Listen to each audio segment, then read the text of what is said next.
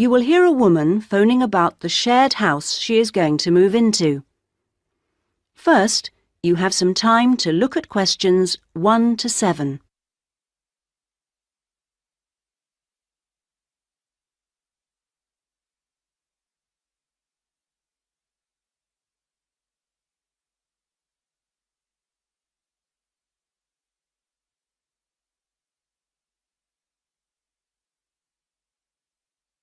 You should answer the questions as you listen, because you will not hear the recording a second time.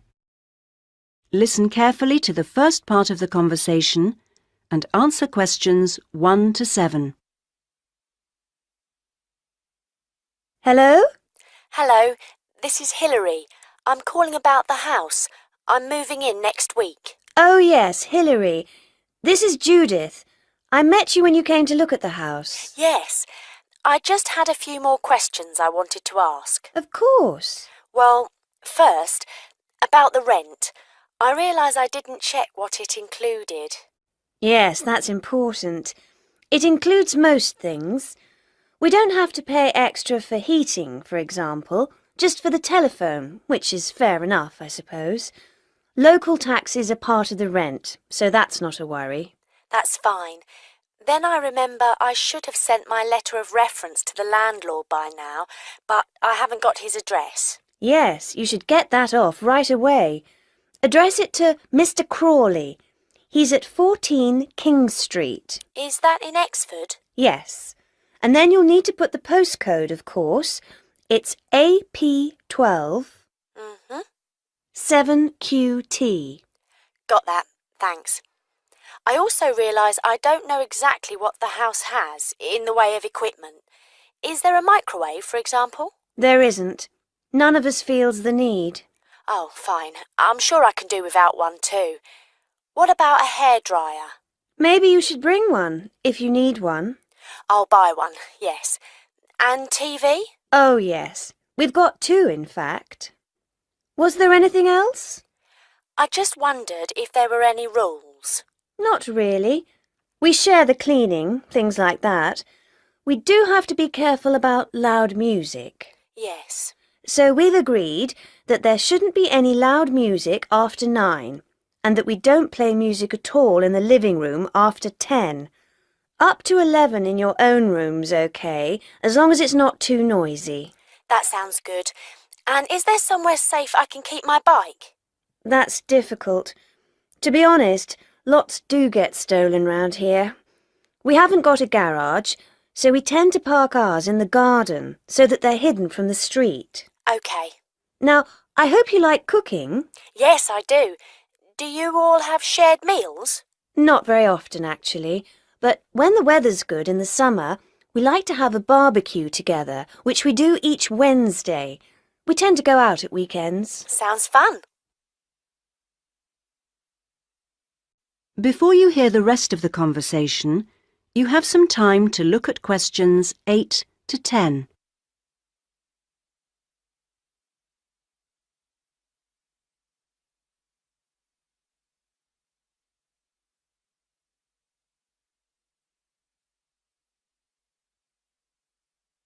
Now listen and answer questions 8 to 10. Are you familiar with this area?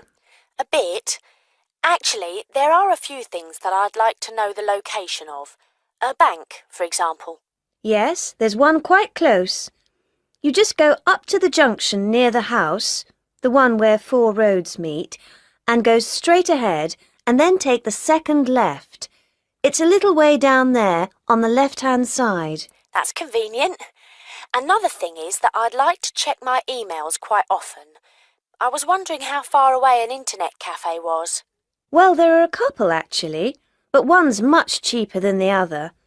The one I use is very handy. You just go up to the big junction and then, well, I go straight ahead and then turn right so that it's on the right-hand side. Fine. And one last thing. Uh-huh. I need to go to the post office quite often. I'm hoping there's one quite close to the house. You're in luck. You'd walk up to the big junction and then, if you want a nice route, take the street that's slightly to the right. Then you'd want the second left, and you'd find it on the right side of the street. Well, it all sounds great. So, we'll see you in a couple of days' time? Yes. OK. Bye. Bye. That is the end of part 1. Now turns to part 2. Part 2. You will hear a podcast on Canberra's theme park. Now you have some time to look at questions 11 to 16.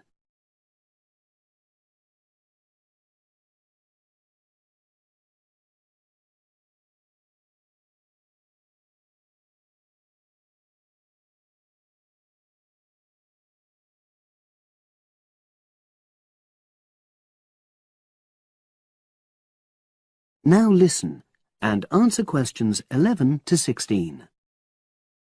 Welcome to Canberra's Park podcast. In the next few minutes, I'll tell you a little about the park and the amazing things we have to offer. We like to think that Canberra's offers more than other theme parks. Like them, we have a variety of exciting rides for people of all ages, but Canberra's also places strong emphasis on the educational experience for its visitors. Not boring facts, but lots of interactive exhibits. Although it's mainly an outdoor experience, we do have some indoor activities if the weather gets too dreadful. The park's got a lovely, well-established feel, set in 80 acres of beautiful countryside, about 3 miles south of the tourist resort of Dulchester. The park was set up in 1997 by the Canberra family, but then taken over by new owners in 2004, who have maintained the original vision of the Canberras. It has lots of old trees, hundreds of flower beds, and a gorgeous lake. Canberra's has over 45 different rides, exhibits, and arcades. All but one of these is free once you've paid your entrance fee. We charge a small fee for our newest ride to reduce the length of the queues. You don't pay anything for parking. A family ticket for a family of 4 works out at about £8 per person, which is amazing value. Full details of current prices are shown on our website, along with full details of rides, etc., and directions for getting to us. We also have a number of special offers.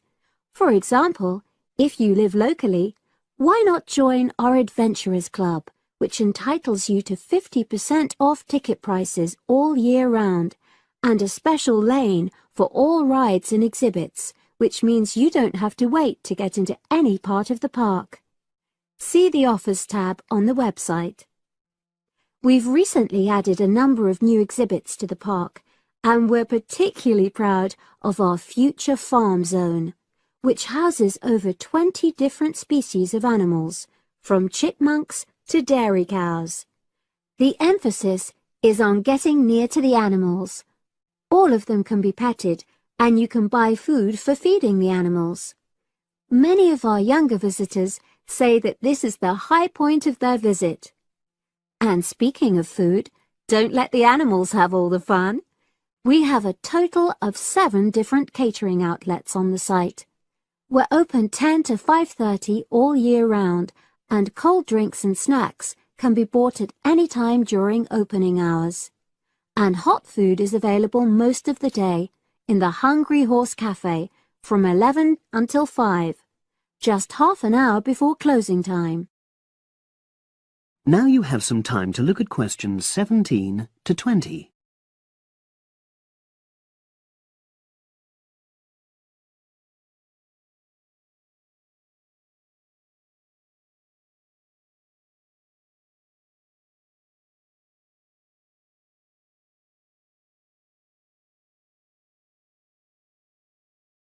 Now listen and answer questions 17 to 20. Now we want all our visitors to have an exciting time when they come to the park, but our first priority must be safety.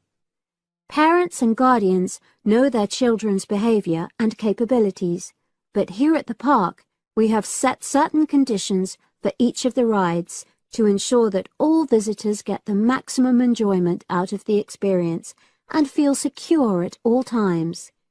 There are 4 major rides at the park. Our newest ride is the River Adventure, which is designed to reproduce the experience of whitewater rafting. No amount of protective clothing would make any difference, so only go on this ride if you're prepared to get wet. Children under 8 can go on this ride, but all under 16s must have an adult with them. Not all of our rides are designed for thrills and spills. Our Jungle Gym roller coaster is a gentler version of the classic Loop-the-Loop, specially created for whole family enjoyment, from the smallest children to elderly grandparents, suitable for all levels of disability and health conditions. Carriages have comfortable seating for up to 8 people with safety belts for each passenger, which must be worn at all times. Sit back and enjoy the scenery. One of the best established and most popular of Canberra's rides is the massive swoop slide. Whiz down the polished vertical slide 9 meters in height and scream to your heart's content. There are no age or height restrictions. Be careful though, you must have on long trousers so you won't get any speed burns. And then there's the famous Zip Go-Kart Stadium with 16 karts, 8 for single drivers and 8 for kids preferring to ride along with mum, dad or carer. Take part in high-speed races in our specially designed Formula 1 style karts, but no bumping other karts, please. All riders must be above 1.2 meters because they have to be able to reach the pedals, even in the shared karts. Full details of all safety features are available on our website at www.camberspark.com. So come and make a day of it at Canberra's Theme Park.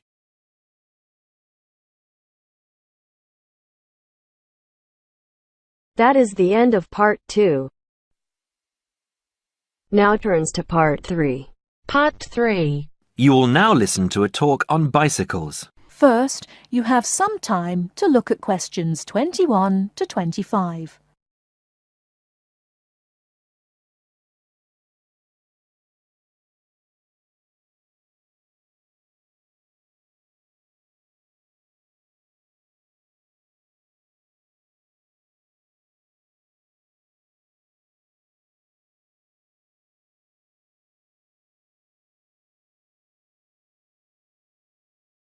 Now listen carefully and answer questions 21 to 25. Today, we're going to talk about the latest bikes for professionals and novices. There's something to suit everyone from price to function. The Atlantis is a touring frame. It's also perfect for commuting and trail riding, and anything short of super fast road riding. The tubes are stout, to take touring loads and trail abuses. The tyre clearances are majestic, so you can fit tyres up to 2.35 inches. It's designed for cantilevers or V-brakes. If you have to limit yourself to just one bike and you want to be able to ride just about anywhere, this is the bike to be on. It is our most popular model for just that reason, and there isn't an unhappy Atlantis owner in the land. The Rambouillet, our all-around road bike, is available either as a frame with fork and headset for $1,400 or as a complete bike for $2,300. Compared to the Atlantis, it is a lighter frame, not intended for loaded touring or rough trail riding. As a road bike, it has side-pull brakes. The Quick Beam is our version of the single-speed bike. We've done it a little better though. The crankset has a 42-34 combination, running an 18-toothed freewheel cog in the rear. And the rear hub is threaded opposite the drive side, so you can install a fixed cog of your own choice. In essence, you can have 4 speeds on the Quick Beam if you choose.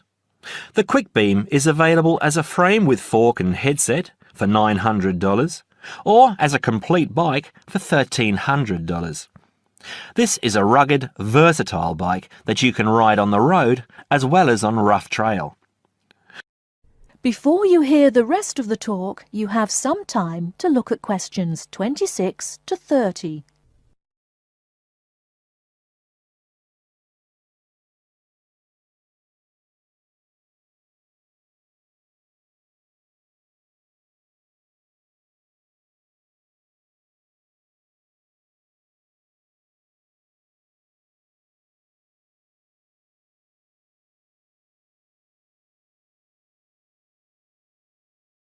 Now listen and answer questions 26 to 30. The Saluki is our roadish, light-touring, randonneuring frame. It's designed for 650B wheels.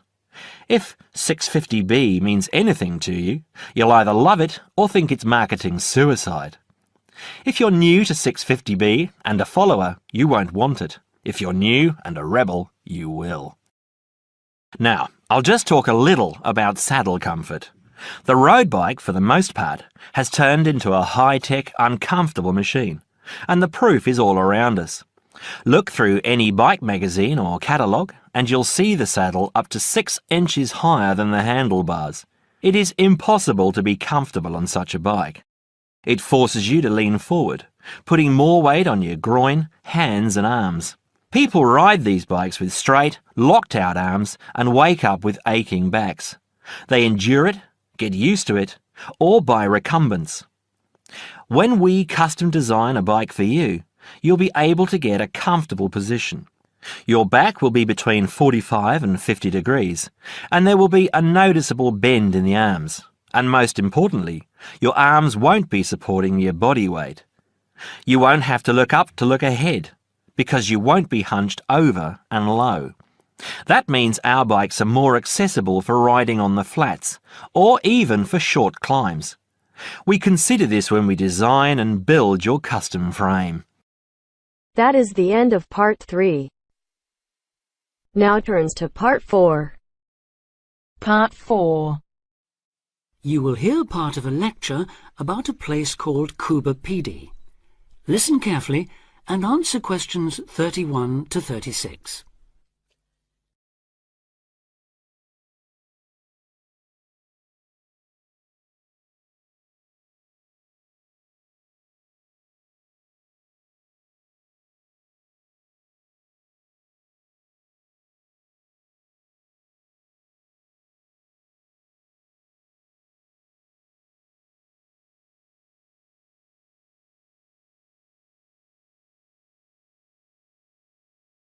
Listen carefully and answer questions 31 to 36. Good afternoon. Today, we're continuing this series of talks on the development of the Australian outback with a look at Cuba PD, the desert town of opal mines and underground living, which lies 860 kilometres north of Adelaide and 690 south of Alice Springs. The inaccessibility, harsh climate and almost total lack of water made it a highly unlikely place for human habitation. But that all started to change in 1915 with the discovery there of opals, the precious stones which seem to change colour according to their surroundings. Settlements were established following the First World War, when soldiers returning from the trenches of France brought with them the techniques of living below ground in dugouts. The depression of the 1920s and 30s led to many prospectors leaving, but the town boomed again in the late 1940s when shallow new opal fields were discovered, and immigrants from Europe arrived in large numbers after the Second World War. It must be remembered, though, just how hostile conditions were. Daytime summer temperatures reached well over 50 degrees centigrade, winter nights were bitterly cold, and dense dust storms regularly blanketed the town. To cope with this, more and more people began living in disused mines and purpose-built subterranean houses, where the temperature remains at a comfortable 25 degrees all year round, so that eventually around 70% of the town's inhabitants had made their homes beneath the surface. This led to the construction of hotels and even churches below ground, as well as an entire underground shopping centre, the only one in the world.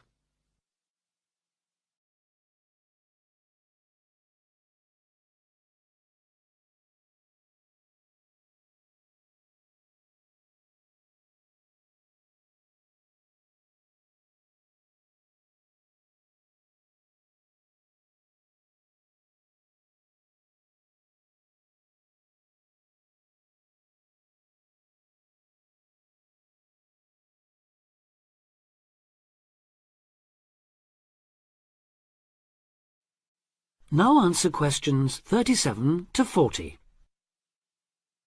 Perhaps not surprisingly, this has now led to the emergence of a secondary industry, tourism.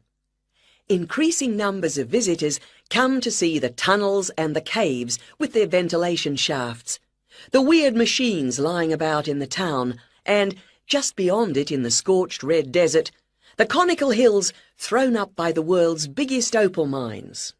It's a logical stopping place for travellers too. The nearest town to Coober Pedy is Woomera, in the prohibited area once used for launching space rockets. But even that is an enormous distance away. Within the town itself, there are plenty of hotel rooms and a number of ethnic restaurants. Remember that Coober Pedy is one of the most multicultural places in Australia, with an estimated 45 nationalities represented, and its very own Opal Museum. A short distance from town, there's a section of the enormous barrier that runs thousands of kilometres across the country, the dingo fence, which is meant to keep these predatory wild dogs out of the sheep farming areas. Another attraction just outside town are the sets of various films made there, including Mad Max 3, as well as The Red Planet and Until the End of the World, names that reflect the harshness of the terrain and temperatures there. The name Coober Pedy, incidentally, comes from an Aboriginal expression meaning white man's hole in the ground. Next, I'd like to go on to talk about Broken Hill, another mining town, but one that...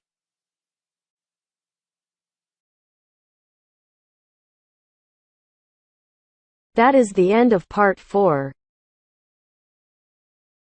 You now have half a minute to check your answers.